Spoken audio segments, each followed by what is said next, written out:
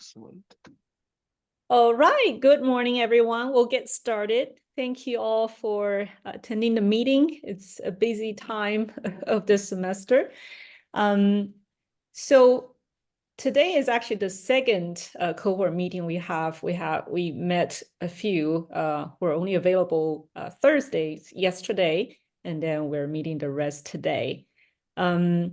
We have a short agenda, but after yesterday's meeting, I realized, wow, my estimate was completely off. I was hoping to spend some time on progress checking, but we didn't have that much time. So we'll try to be brief in the announcements and as much as possible. So we just have some quick announcements. And then Wei is going to present some survey results from the survey, pre-post surveys we got from last fall. And then after that, we'll spend some time with individual cohort members and find out where you are at and how we can support you better. So a couple of announcements. As you can see, it's a challenge this year specifically to find a time that works for the majority of the cohort members. So we're trying a different approach now. Like for the first meeting, we arranged 2 meetings. So just to make sure everyone understands the plan, we're all on the same page. But after this, we'll do monthly check-in on individual campuses, and this will be scheduled by the campus PI.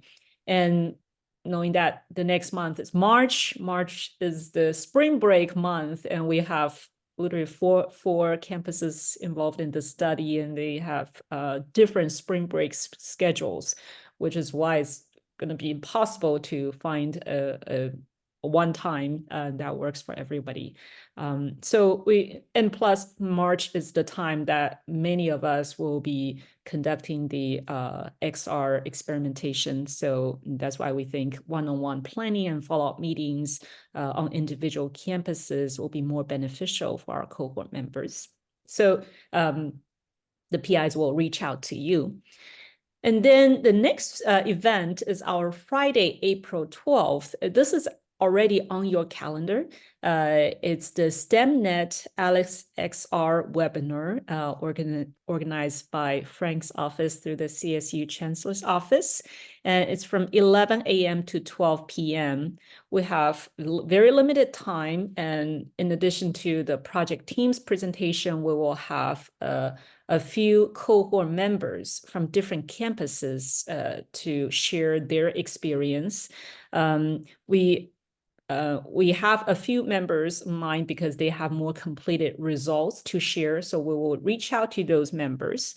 But according to Frank, he's going to have the link available to us on March 22nd. Just know that this event is not only limited to the CSU faculty and students. It can be anywhere, anyone outside the CSU system who are interested in XR implementation in higher education. So we will share the link around the end of March, and all of you can invite people that you think might be interested to the webinar. And then Friday, May 10th, this is tentative. We need to have an end of year cohort interview. This is going to be done through our external evaluator, Fadi, who you already met near the end of last semester. So I know that May 10th, I think for every campus, we already have completed all our classes. So I'm hoping that that's the time that would work for everybody. Can we just have a quick show of hands? Or if you know for sure that day you won't be available, which did happen yesterday. One member said she will be on a field trip that day. It's already scheduled. So do we have anybody here that absolutely won't be available on that day during that time?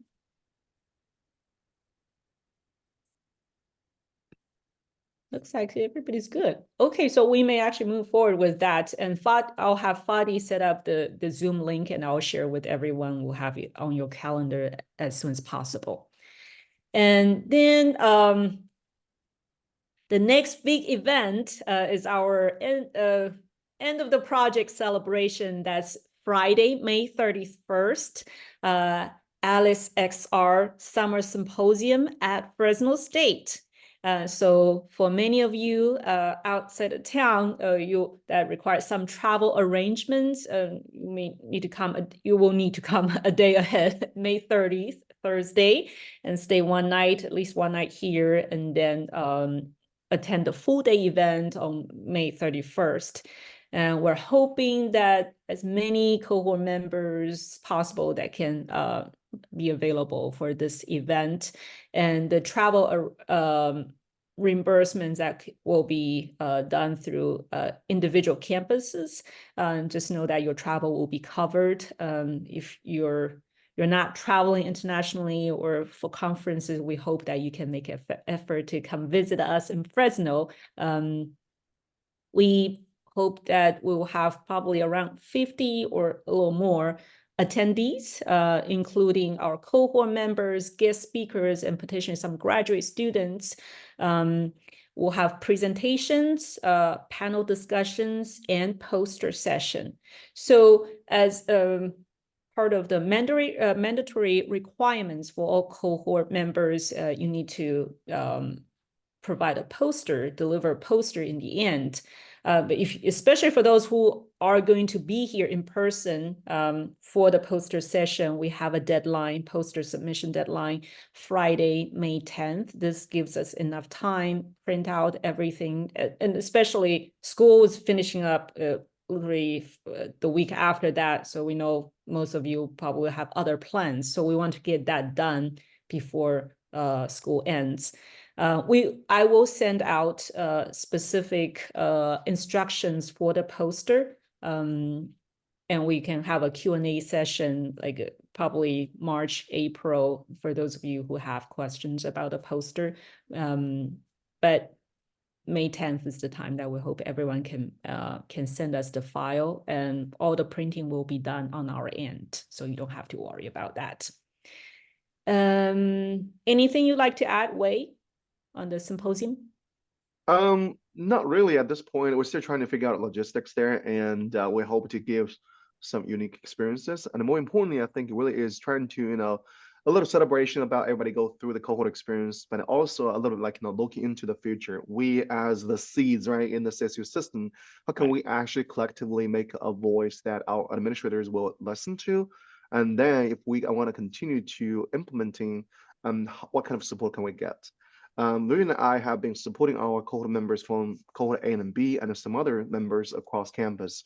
It's very encouraging, I would say. More and more faculty members start to buy in this idea, and they would like to try things. They find it's a thrilling for them. It's like, no, there's such a group available on the campus to actually support them with those experiments. And finding our allies, I say, recently I started to learn to use the words ally, because it takes a collective efforts and joint efforts from different faculty members across different disciplines to make this happen.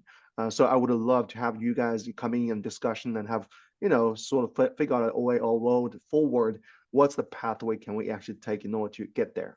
So we'll welcome you to stay, a little bit, a day or two at a Fresno State and enjoy a conversation. It's really more about get together, enjoy the company of each other, and hope to maintain that kind of relationship afterwards. It's also a good time for a family vacation, mini vacation. Exactly. We're close to 3 national parks, 1 hour away. So hopefully that adds more incentives. Yep. Hopefully that's the case. All right. I'll jump into, just talk a little bit about the survey. I know that there are tons of questions about why the research team have to make me, deploy those survey. The point here is, we need our instruments or mechanism to collect data across the whole, cohort members, regardless of your campus, your discipline. And that will give us an opportunity to look at the big picture. That's kind of the reason behind it. In the first year of our grant, we tried, self-reporting by individual cohort members. Honestly, that wasn't very successful. We have data collected there, but very fragmented. and we have a hard time to see or actually detect any sort of trends, patterns, or something can be shared across board. So that's why starting from cohort B, we start to do some general instruments and provide the pre and post survey. And I totally understand that you may find this is cumbersome because you self may want to do some assessment or some sort of feedback survey as well, which we can totally discuss, offline to say how can we actually link those efforts or consolidating those efforts there. Because the question we ask really particularly focus on four main constructs that are representative for general STEM education, aspects of that. And if you want to dive into the details about your discipline specific learning outcomes and feedback there, we are able to integrate that in our survey deployment as well. But the key here is, please consider deploying those in a pre and post survey. And also one thing I want to point out is actually in terms of the intervals between the pre and post, we recommend you deploy the pre-survey now, even though you may have your XR activity planned like later in the semester. That's okay to have the pre-survey deployed already because it really represents the current baseline before students gets, I'm not saying contaminated, but biased maybe by the experience that we tried. So you have a clean case at this point. Then later on, when you actually finish that extra learning activity, it is very hopeful for you to allow students to reflect and actually complete maybe your own assessment of their learning. So that way, not only they had experience, but they also have an opportunity to look at how they do in the assessment and be able to more comprehensively understand their own experiences or their perceptions versus the results, right? So then you give them the post survey. That will help us to have more accurate representation of, what exactly do students think about the experience, how, we can actually better design learning experiences in XR for them, and what are some of the recommendations and they would like to share with us. Okay, so that would be the pre and post survey. The links are shared through an email Vivian sent out previously. If you do not get a link or you would like to ask to send that link to you again, please let us know. We'll definitely get that to you. And as always, we want to offer the assistance. We know how busy you are. If you feel like can I just pass along my students enrollment roster with the email address and you help us to deploy the survey, absolutely, we'll be more than happy to do that. If you can share your roster with the email address, I will be totally happy to deploy that for you. Okay, so I want to pause for a second before I jump into a little presentation put together that is summarizing last semester's results with you.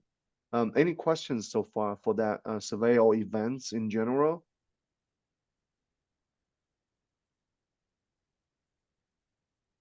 Okay, hearing none, and I'd like to acknowledge that we have Wonky and German here both as well. Thank you for joining us. It's great to see everyone again. Okay, excellent. So I am going to share my screen and try to do a little presentation here. So this is put together actually by one of our past master students, now graduated and working for a local company, on data science there, and Alo, Leon. And I probably, let's see, can everybody actually see this? Okay. Do I have to actually use the play thing? Because if I do that, it's gonna have a weird screen on my end as well.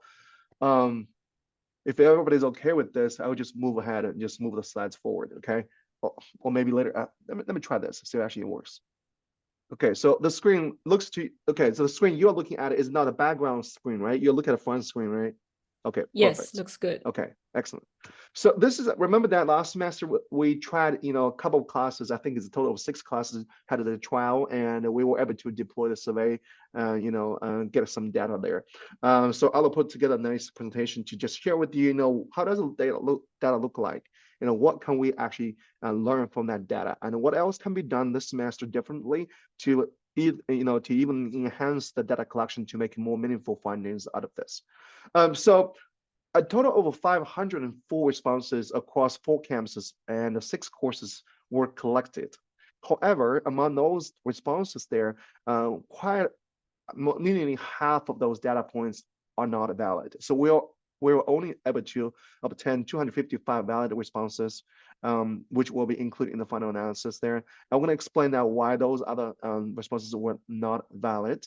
And we were also able to obtain 80 student responses that actually participate in both pre and post surveys. Okay, so those are the quick summary about the data collection, response rates, et cetera, et cetera. Now, the reason why we actually excluded nearly half the data is because there is observation of acquiescence. So basically is you can see some survey responses, the students actually go through the whole survey by choose the middle point of like a scale, right? Just 3, 3, 3, 3, 3, 3 without even thinking. So that's an obvious sign that students don't really pay much attention to it at all. So Arlo actually went into that and actually exclude those. And there's a duration outlier. So basically what that says is if a student shows that the timestamps in Qualtrics shows the students took like 2 days or 10 days to complete a survey. And that usually is not a good sign. And because that in between the time he she started the survey versus the time she or he completed a survey, there's so many variables might influence their responses, right? So that is usually recommended to be excluded. So then something more than 2 responses there, some students responded once, they forgot about that, they already responded once, they responded again, the same survey. Those will be excluded as well. And some students submitted pre and post on the same day. So basically, they may actually forgot about pre-survey. They end up actually submitting both pre and post on the same day they're actually completing their activity. Those are not valid either, right? And then, of course, there was students respond to the survey, but they chose do not consent to the participant in the survey. Then it was recorded as one response, but doesn't really yield any meaningful data. So that's the reason why we have such a high, attrition of losing those data points there. So hopefully that makes sense to all of you. So, however, we were still able to obtain 250 valid responses there. Some of them are only pre, some of them are only post, but together we have 80 valid pre and post survey responses. Okay, so that just gives you an overlook on that. Now, demographics wise, very interesting, and all those comments is like, it's a very interesting to see such a well distributed, among the gender. 55% male and 43% female, and others either prefer not to answer or non-binary. And in terms of education status, first generation education students 52%, which versus no, not first generation 48%, and Pell Grant recipients accounts for 46% of the responses as well. Then average age is 20.4 years, which is right in the sophomore and junior level. And among the Latinx and non-Latinx, so the way the demographics question in terms of race and ethnicity, in last year's survey, we used the Census Bureau, the way of asking race and ethnicity. So we'll first ask, are they Latinx or not, right? Then under their ethnicity, self-identifying ethnicity, you have those choices. So it is possible that since who answered they are Latinx, they identify themselves as white ethnicity. So that's, a little confusing there, I would admit, okay? So this year's survey, we actually changed it in a way to be specifically you identify what exactly is your race ethnicity. So that way you have a much clearer understanding. So that's something I wanted to clarify, okay? So we did actually modify this year's race ethnicity question. Instead of 2 questions, we asked 1 question only. Okay, so I want to carry that into the discussion later on. So participation by institution. Fresno State has a total of, we have 3 courses at Fresno State. We have 2 courses at San Jose State, and 2 at Sonoma State, and 1 at Fresno City. So Fresno City's data has been, I think, in terms of the analysis, eventually was actually excluded somehow because of the extremely small number of samples. So now total responses, Fresno State had 86, so San Jose State had 108, and Sonoma State had 55. Fresno City had 5 valid responses there. Then the main survey instruments look at 4 scales in terms of measuring students, perceptions and growth in those 4 areas of STEM related, or actually scales. The first one is general self-efficacy scale. We use like a scale of 1 to 4. And sense of belonging, we use like a scale 1 to 5. Identity as a scientist or engineers, like a scale 1 to 5, and self-esteem scales like a scale 1 to 4. The reason we choose those different ones is basically based upon literature recommended scales. So sometimes, you see 1 to 5, sometimes you see 1 to 4. We're trying to follow the original recommended, or actually original literature, as much as we can. And then this is actually kind of a quick summary about the mean or standard deviation of those collective aggregated responses across different constructs. What I want to clarify is under each construct, there are maybe 5 questions, 6 questions, 8 questions. Each individual question constitutes as a matrix for the whole construct of scales. Okay, so that's why you have aggregated scores of like a 20, 40, 50, right? So that's the reason you have those numbers instead of only see 105, because you have 10 questions. Technically speaking, the maximum score can get is 50, right? So that's the reason you have those minimum and max distributions of scores. Okay, so those are the more like a quick summary of aggregated means and the minimum, max, and the standard deviation. Okay, next slides. All it did actually also test the internal consistency. As much as we are trying to follow the original scales, and we made some adaptations to our survey needs. So he did actually testing the internal consistency using the Chromebook Alpha as well. As you know, that anything above 8.5 is really considered to be strongly consistent. So that's why the consistency actually did pass the test. That we have pretty good constructs there, so no problem there. And they also test the coordination and also find pretty strong coordination, especially between the self-esteem and the self-efficacy, as well as a sense of belonging. Okay, so those all pass the fundamental check in terms of how valid those instruments are. So then let's look at some quick summary, high-level summary about general XR experiences there. So we asked a couple first questions, we ask about, do you have any XR related experiences, right? And there's an academic related experience and non-academic related experiences, right? There's yes and no. And you see here, that's fairly, common, what's kind of close to what you're expecting. And also, we also ask then, do you feel like, are interested in using XR in the current classes there? How about the level of interest in using XR compared between the current classes and other classes you may take in the future? So you don't really see much difference across. So students don't show any particular interest, say, oh, I definitely want to use XR in this particular course. It doesn't seem to be that way. So they are still trying to understand what it is, right?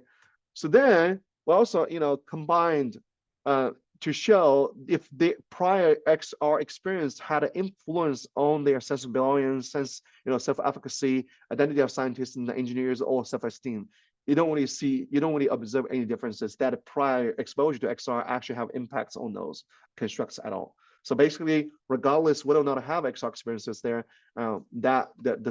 those 4 construct scales pretty much stabilized. Okay, so there's no impact of prior experiences there. Now, we're also looking at, between the pre and post, after the students complete XR experiences, we also wanted them to ask about, what is your interest in XR, okay, using the course or in other courses there. You see slight increase. Looks like, that experience in this class kind of prompts them to think about it more like, oh yeah, I wish to use XR in this class. Oh yeah, I wish I have other classes also use XR. You don't really see, excuse me, statistically significant differences there, but you do see some, increase, okay, by the, just the mean value of their microscale response there, okay? So as a summary, prior XR experiences do not impede the interest in using XR for STEM courses there. The interest in using XR increased slightly compared pre and post, consistent with existing literature, basically a positive correlated, and the prior XR experiences has no effects on students' constructs on those different scales, okay? Now, moving on, all right, so they're just all courses, they aggregate everything together. You'll see, yes, there's not a whole lot of differences there, a little slight increases in terms of those individual constructs, but you don't really see any statistically significant differences there at all, right? Now, what we're looking at is dive in, okay, visualize the data, look at different courses there. And again, you see across board, all those different 6 classes we actually choose because of the fact they have a slightly larger, data points there. You will observe similar trends as you observed previously. This class is a little different. This you have a couple of drops there, but more for the rest of them, either they are on par or they have slight increases there. Okay, as you see here, but none of those constitute as statistically significant yet. All right. So now we also looked at, what if we look at the constructs, the scales by per ethnicity groups or per gender. Ethnicity group wise, between Latinx and non-Latinx students, the pre and post, of their self-esteem, self-efficacy, sense of belonging, and identity as scientists and engineers do not change much, like at all. Okay, and the only relatively significant differences we observed is among gender on this particular identity as a scientist engineers. You can notice that the pre and post male versus pre and post female.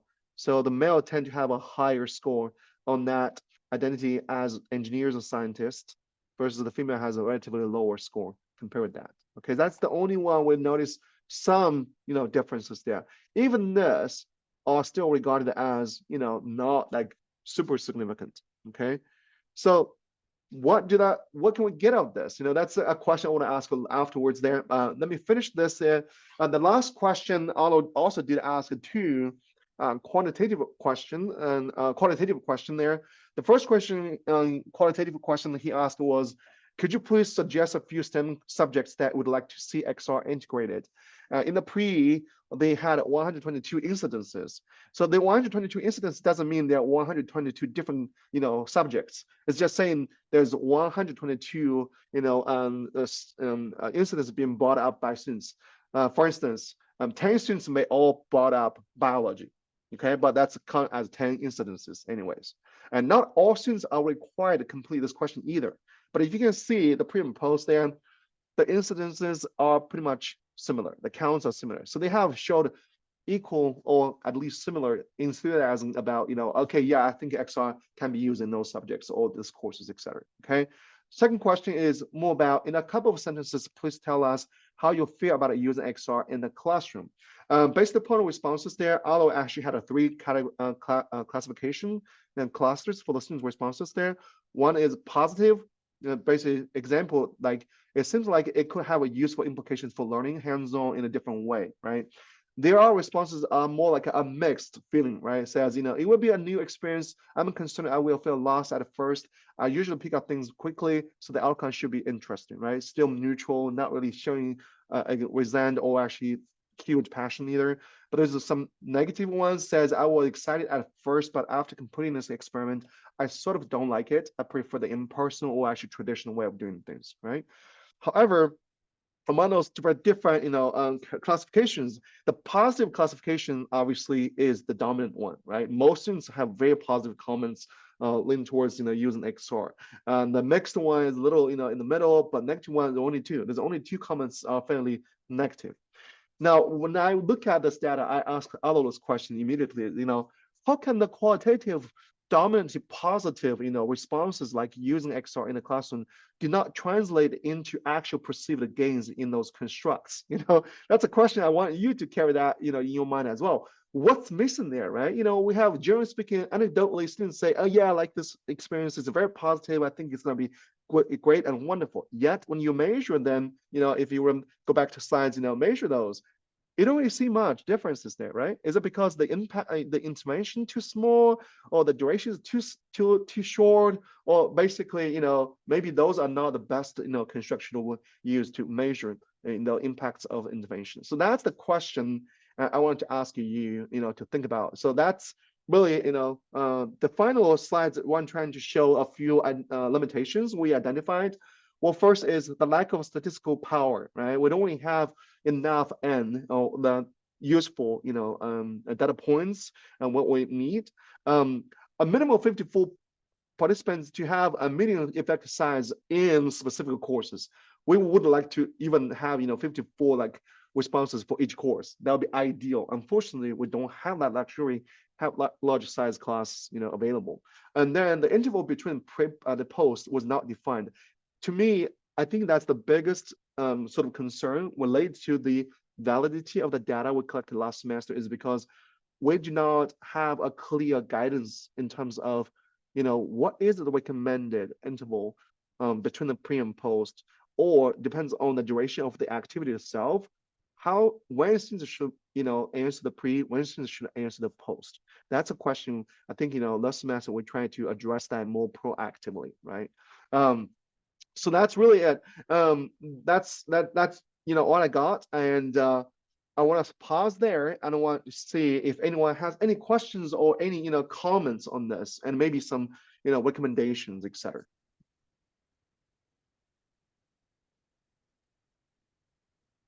I have a comment. Sure.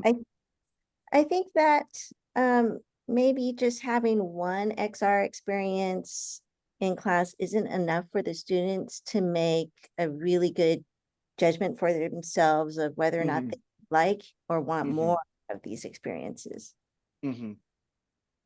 Yeah, I agree. That's one of the concerns we have there, is like, what is the scope of the intervention, right? Like compared with the whole class during the whole semester. You have 2 weeks of activity, that's 1/8, right? 2 weeks out of 16 weeks there, 1/8 of intervention. How does that actually justify your expectation for large or major shifts of impacts?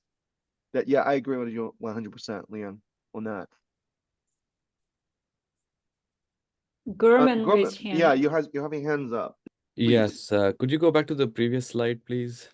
Okay, let's see. So I probably didn't understand that last comment. Results suggest that participants should complete pre and post survey within 14 days. What does that mean?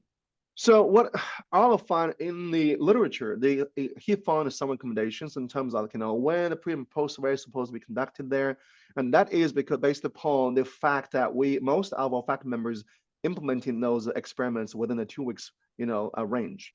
So that's why it is within the 14 days, as put here as a more like place mark says, if you are doing an intervention that is only lasts for 1 or 2 weeks there, it's better to have your students complete that pre and post within that range of time.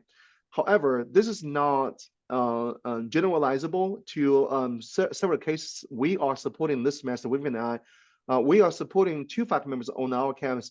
They're going to actually use the whole XR experience throughout the whole semester. So they're going to carry out a 12-week experiment fully integrated with XR.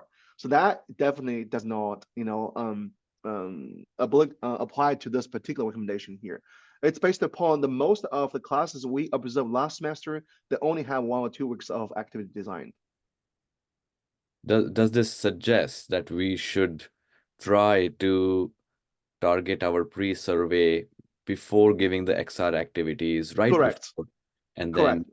then, because the suggestion in the beginning was like, do it right now, so it's kind of a little bit contradictory. Contradictory. Yes, I agree.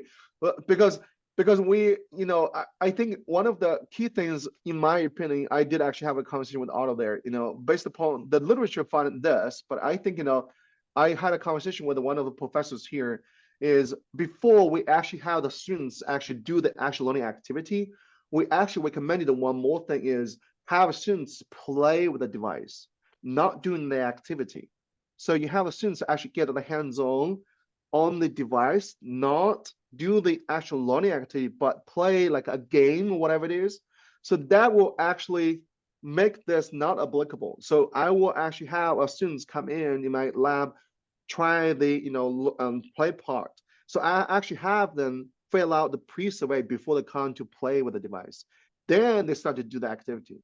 So yes, so this is actually, those results suggest that's what results tell us, that's based upon your period of implementation last semester.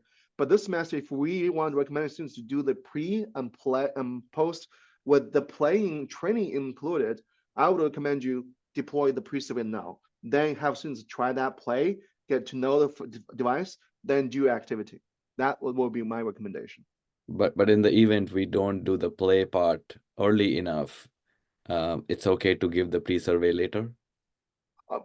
it's really, again, it's a recommendation. I don't think you really have to, it's really up to you. Do you think if you have concerns about, like, the students answer that pre and it's too long, then by the time I get to my activity, they already forgot everything. That's I will leave that to your discretion, to be honest. No, thank you. I understand. I was just trying to see if there is Good, like best practice and whatever it is.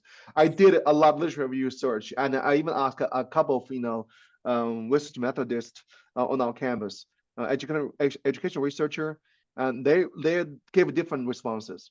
Some of them recommend you give time, especially the post survey part. The pre part, they agree. A time that before they actually try the experience is better than they already start the experience. That's already, like, it's fairly clear. Now the post survey, some of them recommend if you are conducting an activity that involves very complex process there, recommending that you do that post survey immediately after you finish the activity. But if you are conducting activity that is more geared towards, you try to ask students to not only just get that experience, but also conducting meaningful assessment in your discipline, they recommend have that conducted after students actually complete their assessment and get the results of their assessment, then do the poster survey. So that way they have a way to reflect upon their perceived game versus the actual game of that learning. Does that make sense? Yes, thank you. Could you go to Yeah. the previous slide, the one before this, please? Yeah. So you were saying that over here, all those measures of self-efficacy, most of them showed a slight increase. None of them were statistically significant, yet the written comments seem to say otherwise. Is that what Yeah, you're saying? the written comments is generally speaking very dominantly positive. Okay. However, those generally positive comments don't necessarily match the constructs measured, right? The constructs we use, the full constructs we use, full scales we measure, there's no difference pre and post. So students have this positive attitudes, or maybe they accept the fact that they would like to use the technology, but that technology implementation does not translate into the actual gain in those skills immediately, which I think is understandable, because as Nia mentioned, it's one week, 2 weeks of activity versus a whole 16 week of learning. How do you expect that you get immediate, okay, sort of like a gain based on measured by those skills? I understand that. I'm just saying that indicates an opportunity for us to match the expectation and the actual gain of learning. That's what I'm trying to advocate. Abe, Go ahead.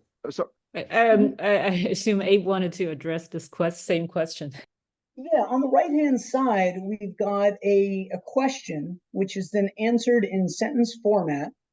And then there obviously has to be some sort of subjective interpretation to put it into correct. positive, mixed, and negative.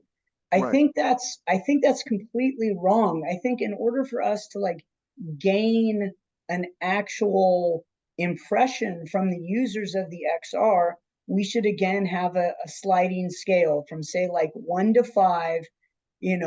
How was your experience with XR in your experience? Being negative all the way up to you love it, and then we can look at the statistics from that perspective. It's just something doesn't sit right when you've got a question that's supposed to be answered in a sentence and then it turns into a histogram. So I understand Really your concern. Yeah. I completely understand your concern. But originally the purpose of this question is not trying to do that measurements. So I want to clarify. I mentioned this because my own interpretation or understanding of what does this suggest. The original intention was not trying to measure what you just suggested, but we can totally do that. I agree. If you want to match the measurements, absolutely, you should match the types of question with that original scale, right? You are using scale like scale, you should do the same thing with this, extra experience scale comments on that. Yes, absolutely. So think about it this way.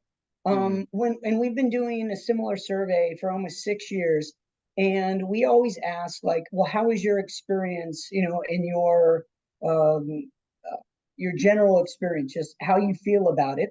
And so Mhm. somebody could both enjoy it and have like Mhm. a 4 or a 5 on a 1 to 5 scale. And Mhm. then when asked specifically about how they feel, they could Mhm. actually be critical and have great suggestions.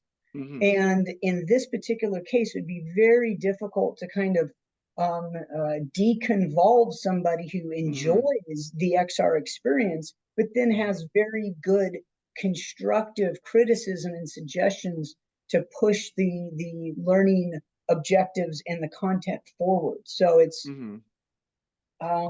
you know, it doesn't have to be the same thing where somebody is both had a horrible experience and then criticizes. Somebody could have a horrible experience and then, you know, not even put down a sentence, you know, Right. just doesn't even Right. answer. Right. Yep. Yeah, I agree.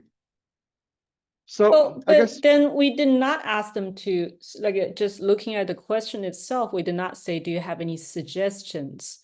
I think that's a different question. We basically just asked them to describe their experience, how you feel. Mhm. Overall, I feel positive. They So can basically say that. I wanted to point out, want to go back to the very beginning when we actually developed the general instruments there. We have been realizing a lot of you have designed some sort of feedback survey on that particular class in that specific subjects with that specific application you're using in your class.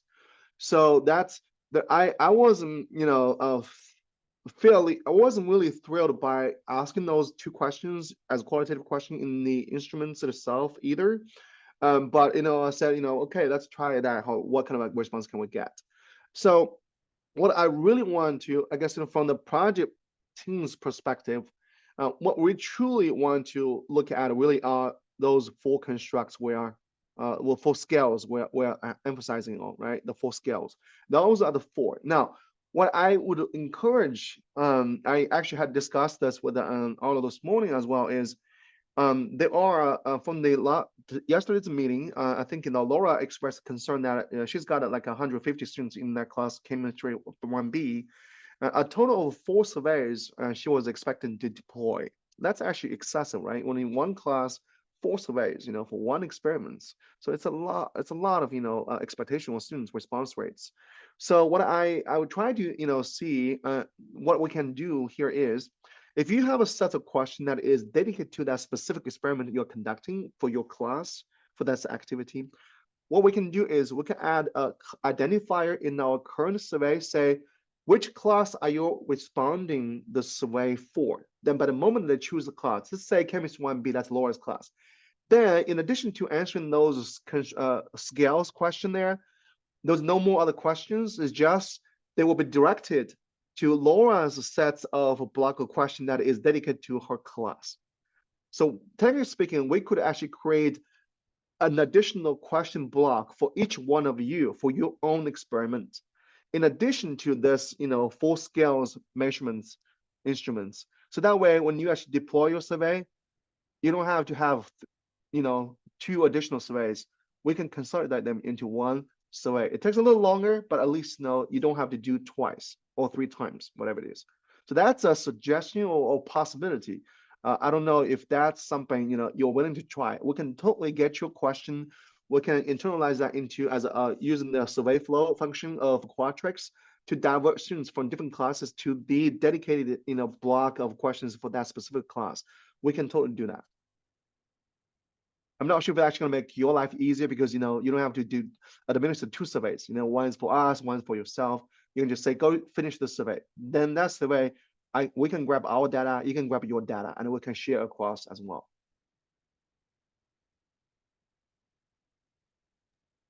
Wait, in one of the Yeah. slides, it said that there was 320 total users of XR. Can you find that slide? It was another histogram, of course, but it was over XR use in the past, I think. Oh, academic experience or Yeah, I non-academic think so, experience. Yeah, there Vivian. was Yeah. one after this, I think. Okay. Yeah. Let's After see. this. That one, general, before this, I think. General XR, academic Right related. here. So it's yes and no XR experience. And just bear with me here. So it's the non-academic related. And so academic related. And so I'm just kind of confused. Are the numbers, the 122 and the 131, those guys are the total aggregate of the 255 users, right? Is that true? And then for I think they can academic choose related, both. it's the So 58 plus 196. no. So Abe, they can choose both. If you have the both experience, they can choose both.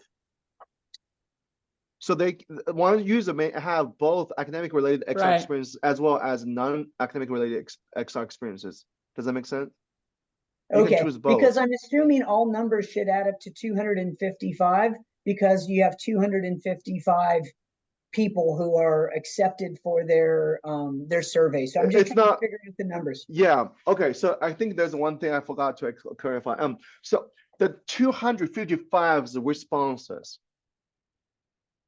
but not how many students, because a student is supposed to, technically speaking, a student should have both pre and post. But remember that we only have 80 some 80 students students who have both pre completed. and post. So the 80 only generating a 160, like a paired, right? If one student respond both in pre and post, so they should have generated 160 valid responses for that pre and post. However, we have some other, like another 95 responses are either pre or post. That's the reason.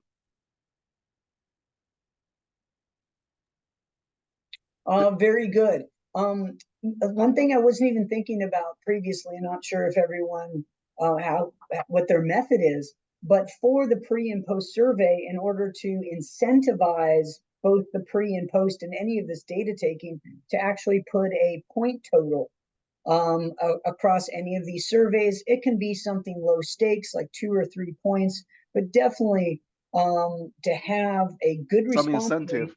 Yeah, we don't know how many students didn't do it. Right.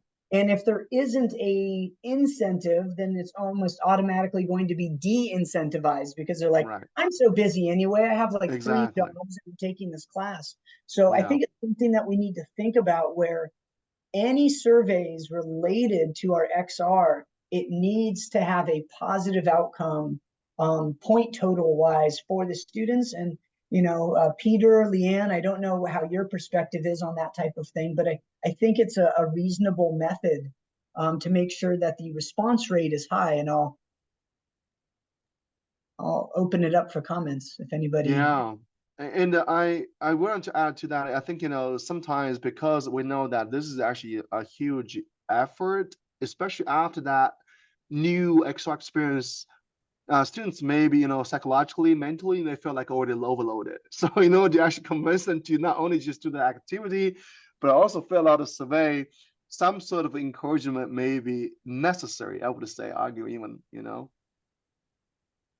For my students, I gave them in-class time to do it, but I said it was optional. They could Right. opt in to share their data. But when they saw how long it was, they were like, "Oh, forget it." I know. And then I know. so did you change it so that one's shorter than the other, so you're not collecting the demographic information? Yes, I did. So we did. So in the pre-survey, we no longer ask the demographics question. Only the post-survey is going to capture demographics question. Correct. And where, because I haven't checked the Canvas page, so where are the links to the latest surveys for this semester? So the latest survey has been sent out by Vivian to through the email. And Vivian, did you update that in Canvas as well? I did not update that in Canvas. I can do that today. Yeah, let's do that. I So you sent have a it in Cohort Canvas, email. but also the email have that 2 links sent out as well. So it's actually in the survey today, in the slides that we shared today in Canvas. So yeah, definitely we can get you the 2 new links. I'll look in my email for it. Sorry if I missed it. Yeah. And again, even though I know that, because of the small data points were collected from last semester, if you are interested in the block of point responses only for your class, we'll be more than happy to share that with you. So you can take a look and use however you feel like, possible. And the email was sent on January 24th, but I will update that on Canvas as well. Yeah. So like I said, I will repeat that again. Those data are aggregated from six different classes there. And if you would like to have a copy of the data exclusively for your own class, we can definitely extract that portion of the data and send that to you, the original raw data from Qualtrics directly to you as well. And you can do whatever analysis, and you can use that as a way to refine your own data collection process as well.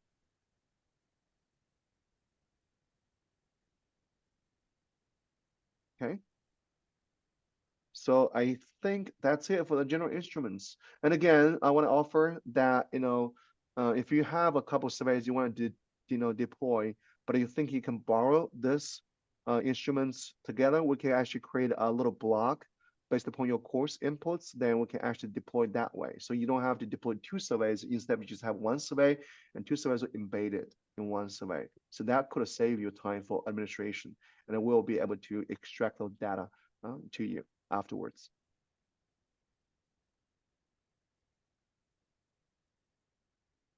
Okay.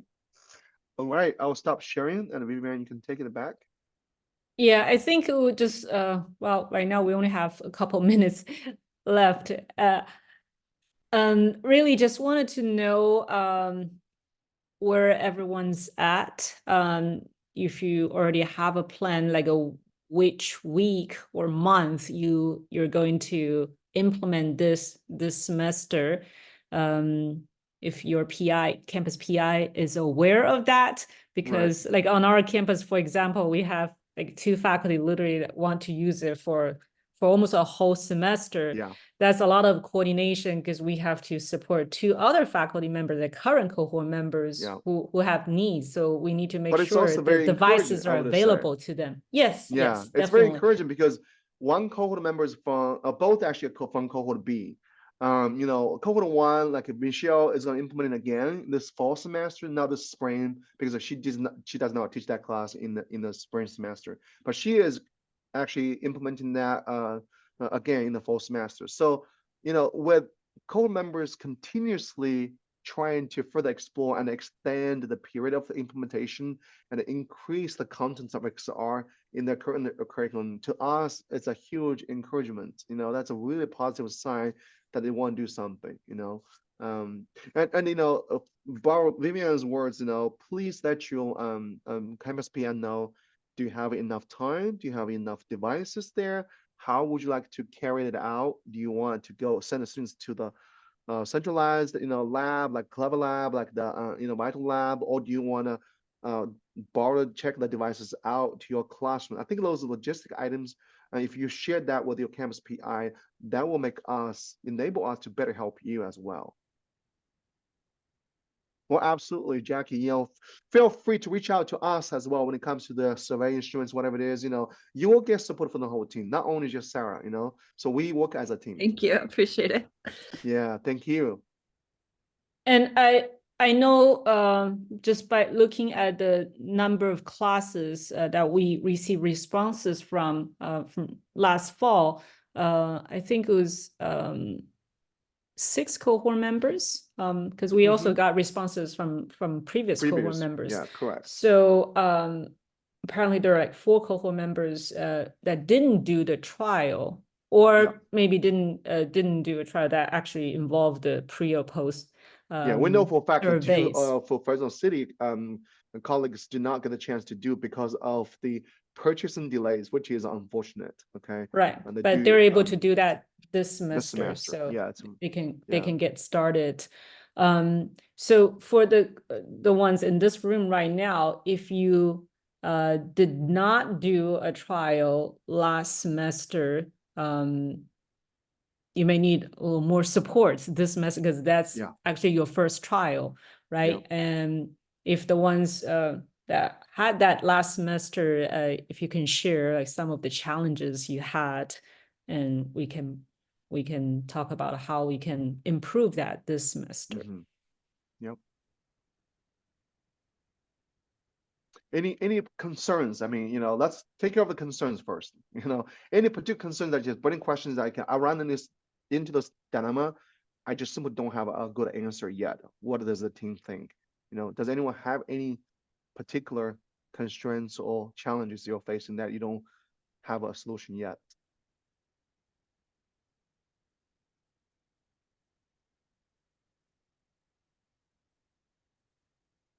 I don't want to put you, on the spot, but Peter, are you able to help the other faculty member implementing that last semester? You tried some post, right? I believe. Yeah, I mean, we were able to do our own survey, but Okay. we didn't do the General ones. the general one. Yeah. Okay. Are you able to help him again to implement it again this semester? She's not teaching the class again, so Oh, okay. Okay, I see. I'd have to look for a different class. If you do have your own survey, do you mind share some really high level results at least with us, or even just share the results with us if you don't mind? Yeah, I'm happy to. I don't have the bar graphs and such available at the moment, but basically I had the students do a quiz, so it was Okay. Yeah, even just the learning. results. Yeah, summary of the results, and some Yeah. of the qualitative comments, etc. That will be helping us as Sure. part of the deliverables. Yeah. When you say share, do you mean do you want me to mail that to you, or do you want me to present it right now? We don't have time to present today, but we can definitely, if you could actually share with us in a way, in the format you feel comfortable with.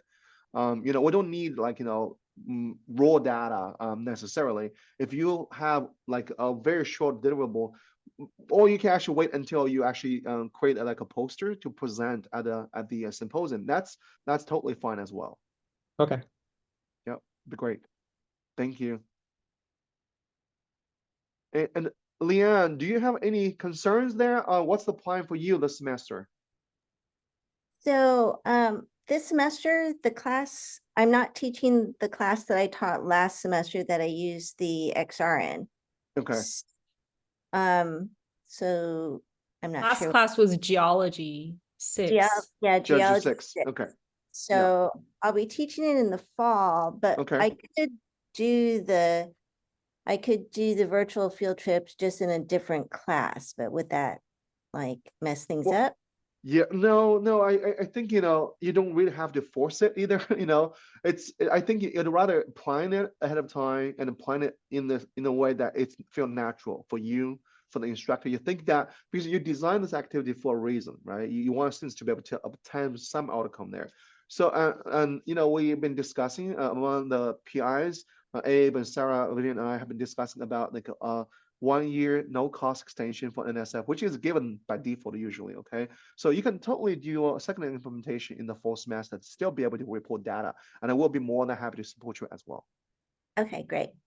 Yeah. Then I'm hoping also to expand. So I did 2 field trips last year, but I was hoping to expand that or to make it more immersive. So Yeah. then I have the time to do that. Yeah, for the- exactly.